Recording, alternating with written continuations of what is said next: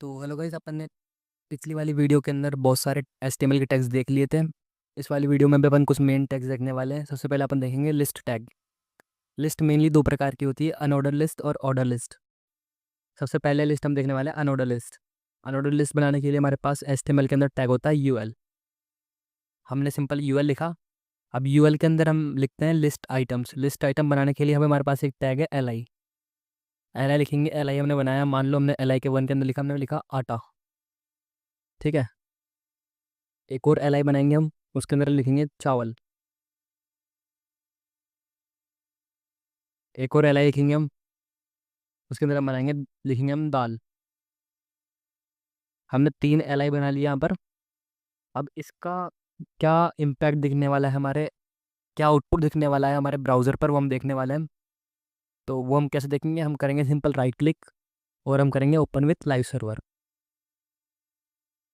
इसके अंदर आप देखेंगे हमारे पास एक लिस्ट आ गई है, जो कि है बुलेट, जिसके अंदर जो बुलेट बुलेट टाइप में शो हो रही है हमारे पास। ये हमारी अनऑर्डर लिस्ट है। ओके। अब दूसरे लिस्ट का जो टाइप होता है वो होता है ऑर्डर लिस्ट। उसके लिए हम यूज़ में लेते हैं OL टैग। OL मतलब unordered order list, sorry order list. Okay.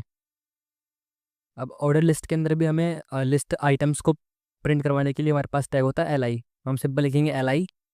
इसके अंदर भी हम सेम डेटा पास करने वाले हैं, आटा।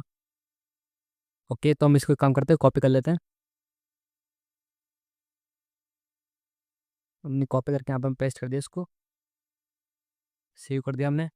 अब दोनों हमारे पास दोनों लिस्ट सेम है बेसिकली, लेकिन दोनों एक एक है अनऑर्डर लिस्ट और एक क्या है, एक है ऑर्डर लिस्ट। अब दोनों में डिफरेंस क्या है, इसके अंदर हमें बुलेट पॉइंट्स के अंदर जो है डेटा देखने को मिलेगा, बट इसके अंदर हमारे पास क्या होगा, न्यूमेरिक पॉइंट के न्यूमेरिकल फॉर्म में हमारे पास जो है लिस्ट आइटम देखने को मिलेंगे। ओके। हम जाके ब्राउजर पे आउटपुट देखते हैं। आप लोग देखेंगे हमारे पास यहाँ बुलेट फॉर्म में डेटा प्रिंट हो रहा है, ये हमारे पास न्यूमेरिकल फॉर्म में डेटा प्रिंट हो रहा है। ओके। तो यही मेन डिफरेंस है ऑर्डर लिस्ट और अनऑर्डर लिस्ट में। तो हमने लिस्ट समझ लिया है। तो नेक्स्ट अब हम समझेंगे फॉर्म्स कैसे क्रिएट करते हैं HTML के अंदर। ओके। तो फॉर्म क्रिएट करने के लिए HTML में हमारे पास होता है form tag, simple form tag. हमने लिखा फॉर्म, हमने एंटर प्रेस करिया, ये हमारे पास फॉर्म टैग रेडी है। अब इस एक्शन को हम यहाँ से हटा देते हैं, एक्शन को हम बाद में समझेंगे।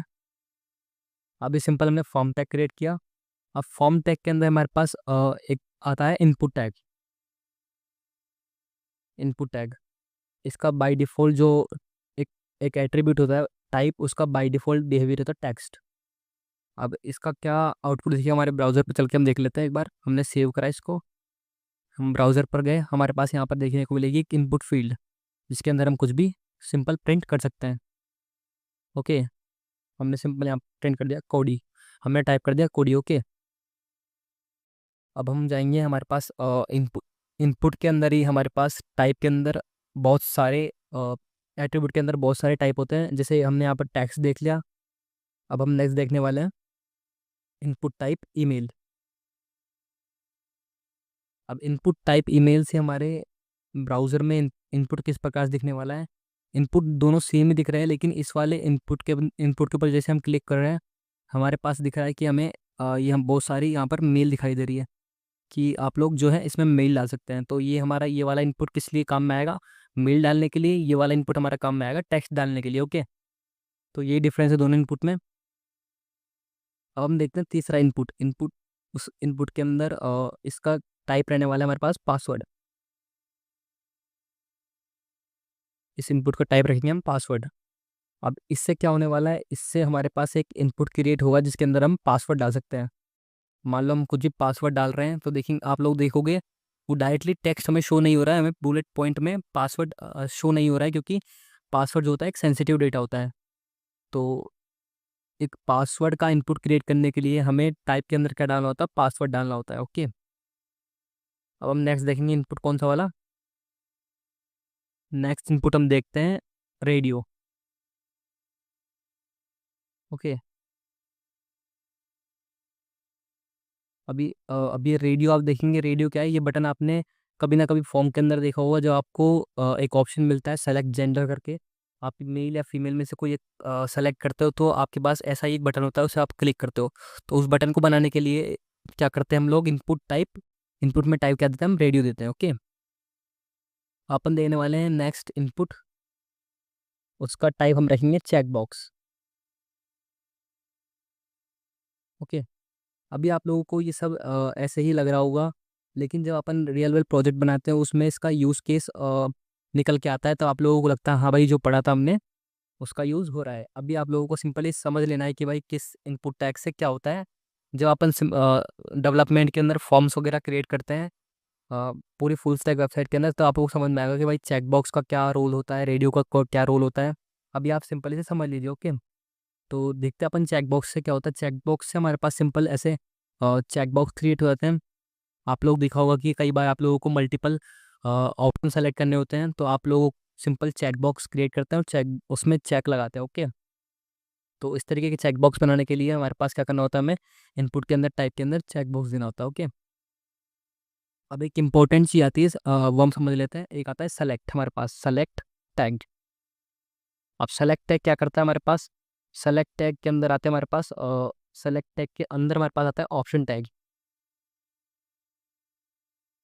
जब हमें मल्टीपल ऑप्शंस में से एक ऑप्शन सेलेक्ट करना होता है, तो हम सेलेक्ट टैग का यूज़ करते हैं। ऑप्शन टैग के अंदर हम वो सारे ऑप्शन देते हैं जो हमें सेलेक्ट करवाने होते हैं। जैसे मुझे मान लो मुझे क्रिएट करना है कि भाई सेलेक्ट योर कंट्री लाइक, तो हम क्या करेंगे, सबसे पहला ऑप्शन देंगे सेलेक्ट कंट्री। एक और हम ऑप्शन टैग बनाएंगे, इस वाले ऑप्शन टैग के अंदर हम देंगे इंडिया। अब हम बारी बारी अपनी कंट्रीज़ के नाम दे देंगे। मान लो इसमें हमने दिया इंडिया, इसमें अपन ने दिया ऑस्ट्रेलिया, ऑस्ट्रेलिया। ठीक है, एक और हमने ऑप्शन टैग बना लिया, इसके अंदर हमने दे दिया अमेरिका। ये वैल्यू बैठा दो, अभी इसका रोल आपको समझ में नहीं आएगा, इसे हम बाद में देखेंगे।